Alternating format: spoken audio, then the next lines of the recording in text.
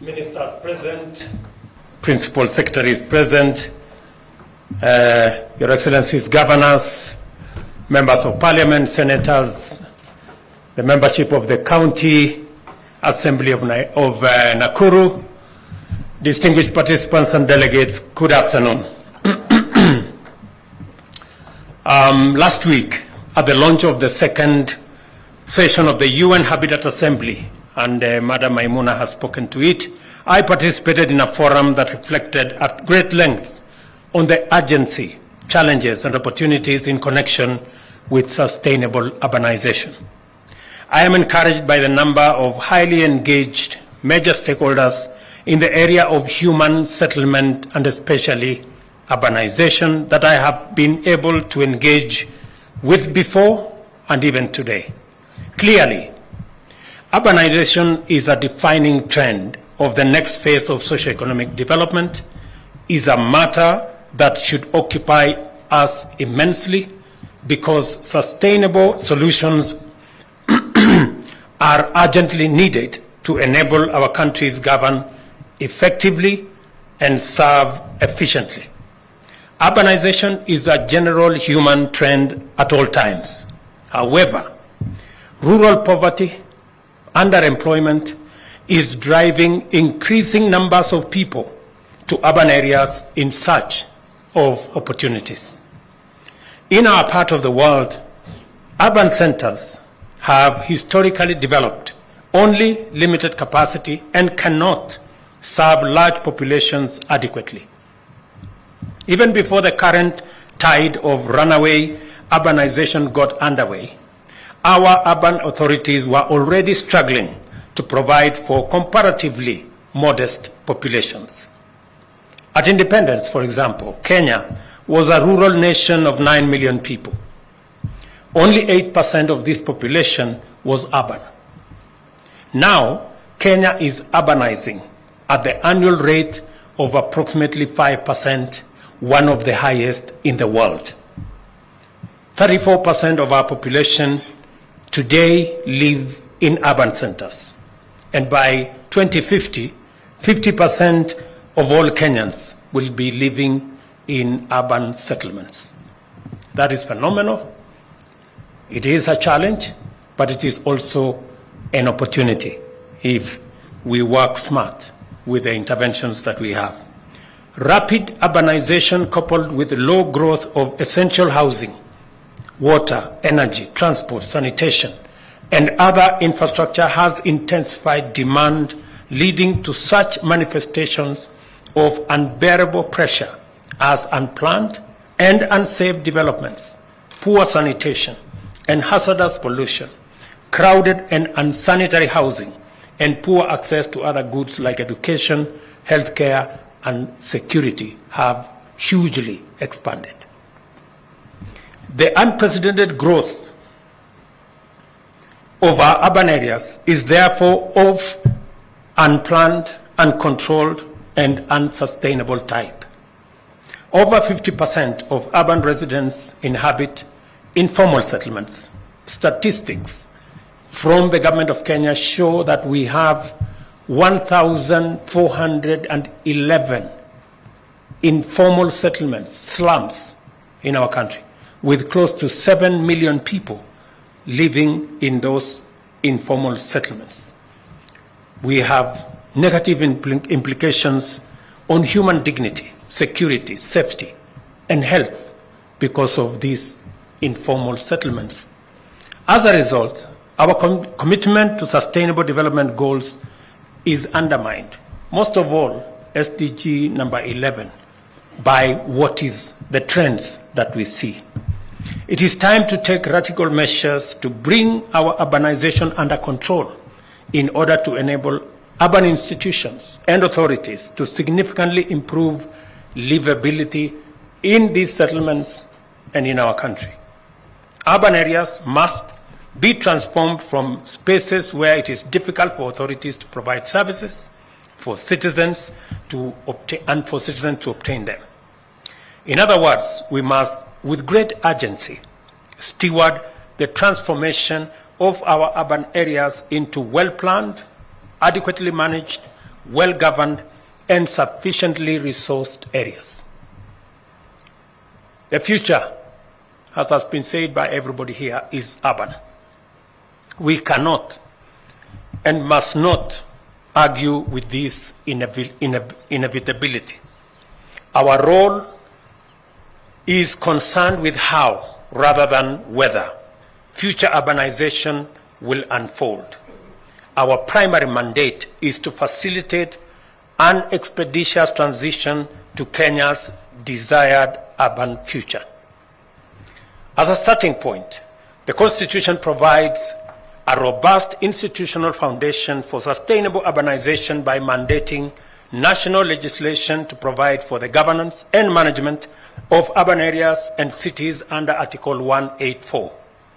The legal framework governing urbanization and urban governance is also in place in the form of the Urban Areas and Cities Act, Cap 275, upon which a city like Nakuru was pronounced as a city, and the policy framework set out by Sessional Paper Number 1 of 2016 on national urban development.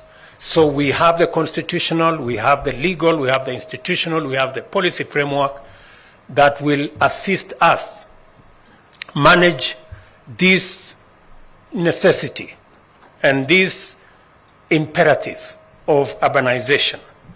The primary barrier to the implementation of our urban governance and management framework lies in the need to harmonize it with the County Government Act, as well as the Physical and Land Use Planning Act, together with a review of the urban development policy.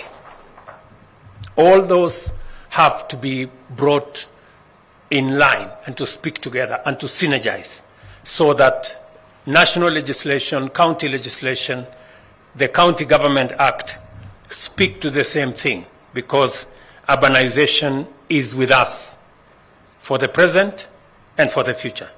There is no reason for further delay in undertaking this harmonization. And the Minister and the Council of Governors need to interrogate the areas that need to be harmonized so that we can, with a sense of urgency, be able to do what we have to do. The advent of devolution has greatly accelerated urbanization in our country. County governments and the location of the county headquarters are significant catalysts of urbanization.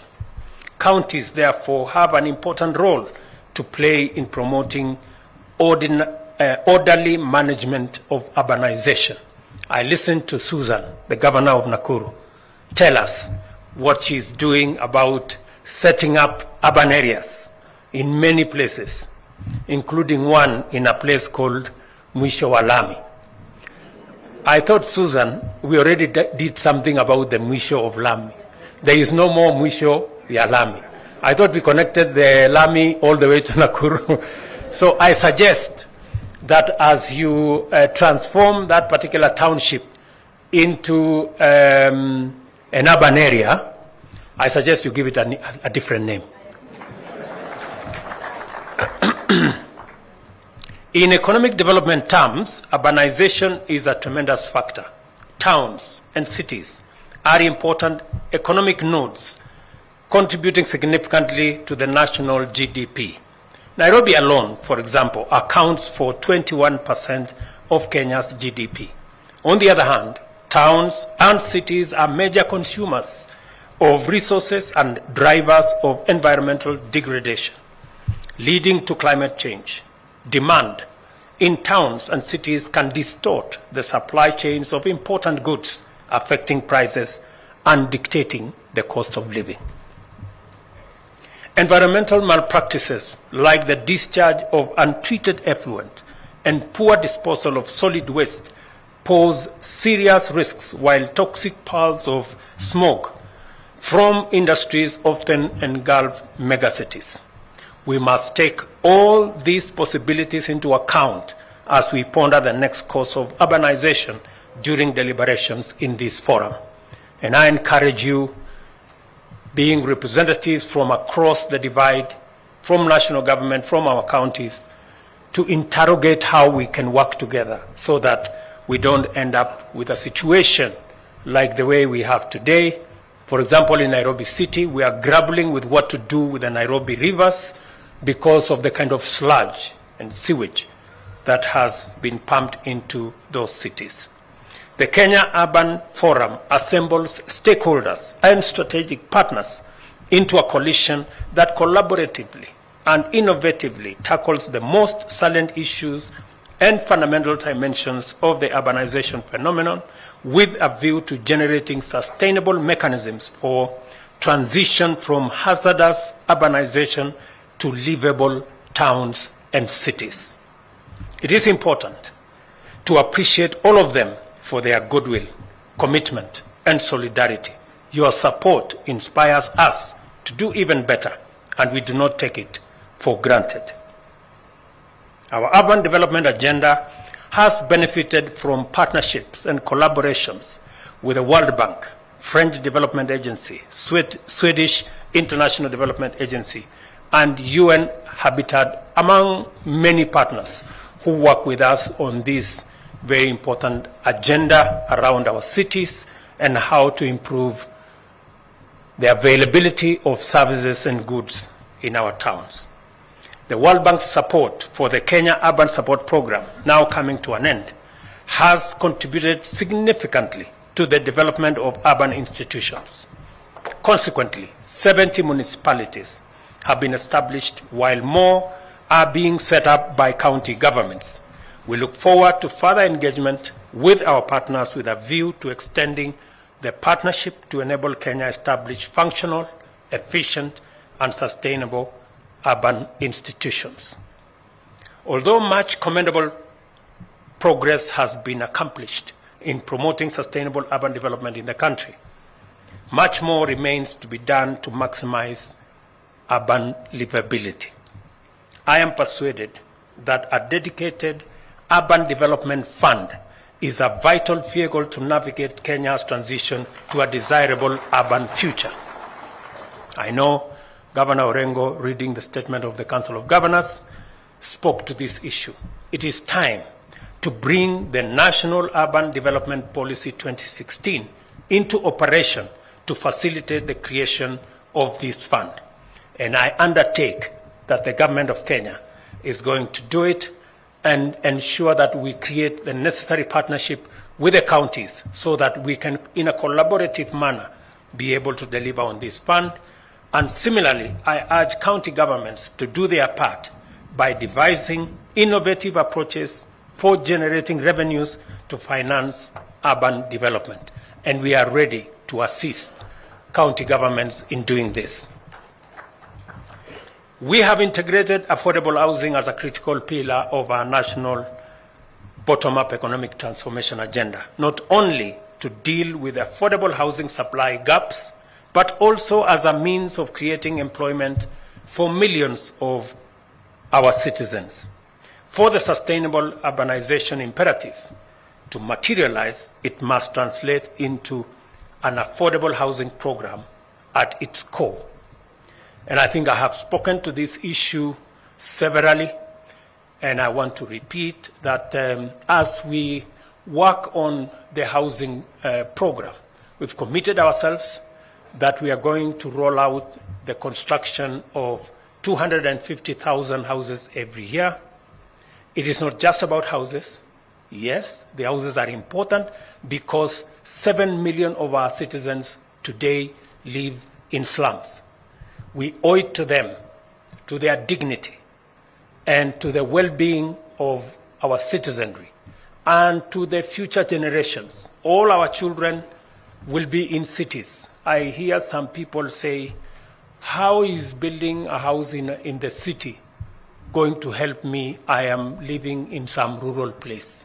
They forget that the people who will be living in those cities will either be their children or their grandchildren, and they have a choice whether these children will be going to live in slums or they will be living in some decent housing units. And apart from sorting out the housing question, it is the whole exercise of creating jobs. How do we increase manufacturing as a percentage of our GDP? How do we make our cement factories to work? How do we make our steel factories to work? How do we engage in ensuring that all our construction products factories are working? How do we ensure that our engineers, our quantity surveyors, our electricians, our masons, our carpenters, our electricians, how do we get this huge body of human capital working? We are generating close to 500,000 people every year from our TVETs. We are generating close to 800,000 young people into the labor market every year. It should concern us as citizens. How are these people going to be meaningfully engaged? We are spending, as I said earlier, we are spending $5 billion, 650 billion Kenya shillings every year in the education of our citizens, from primary school to university. What is our plan to ensure that the output of this great investment contributes to the development of our country? How do we ensure that the women and men who get out of this channel of education, training, and acquisition of knowledge are meaningfully engaged? We have to responsibly think about it. You have convened for the purpose of rigorously engaging views in order to form a fuller appreciation of the state of our urban affairs and then develop strategic pathways towards inclusive and sustainable urbanization. I urge you to use this important opportunity to develop a robust roadmap that will guide our overdue transition to sustainable urban futures. I wish all delegates fruitful deliberations and convey the government's commitment to our shared agenda. I want to thank all our partners for working with us in this very important space, and I look forward with great anticipation to receiving a report of your proceedings on how we are going to manage urbanization into the future. The Kenya Urban Forum, the first in the Republic of Kenya, is now officially opened. Thank you very much, and God bless you. Sorry. Thank you very much, Your Excellency. One more round of applause for His Excellency. We just have one more item we'd like to do before we have our one-on-one with you, Your Excellency, with your permission, and that is the signing of an MOU, which is the HCPD 2023-2027, which, with your kind request, we'll ask you to witness, and also the launch of the Nakuru County Spatial Plan. That's the Nakuru County Spatial Plan and the signing of an MOU, HCPD 2023-2027. I'll request we also have the two seats on the podium, kindly, so that we'll then invite the next part of this session, which is going to be a brief session where we'll have a one-on-one with His Excellency, together with the editorial director, RMS, that is Linus Kaikai, who will come on stage. So kindly, those who are helping us with the seats to get on stage, to kindly do that now.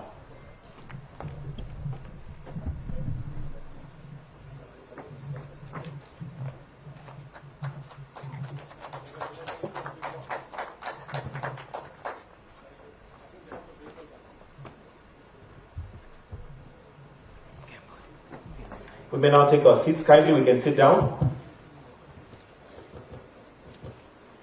Linus, if I can kindly request that you come on stage, because the next session you're going to be moderating. And for the benefit of introduction, Linus Kaikai is the editorial director, Royal Media Services. He's going to be moderating this session with His Excellency immediately after the signing of the MOU and also the launch of the Nakuru County Spatial Plan.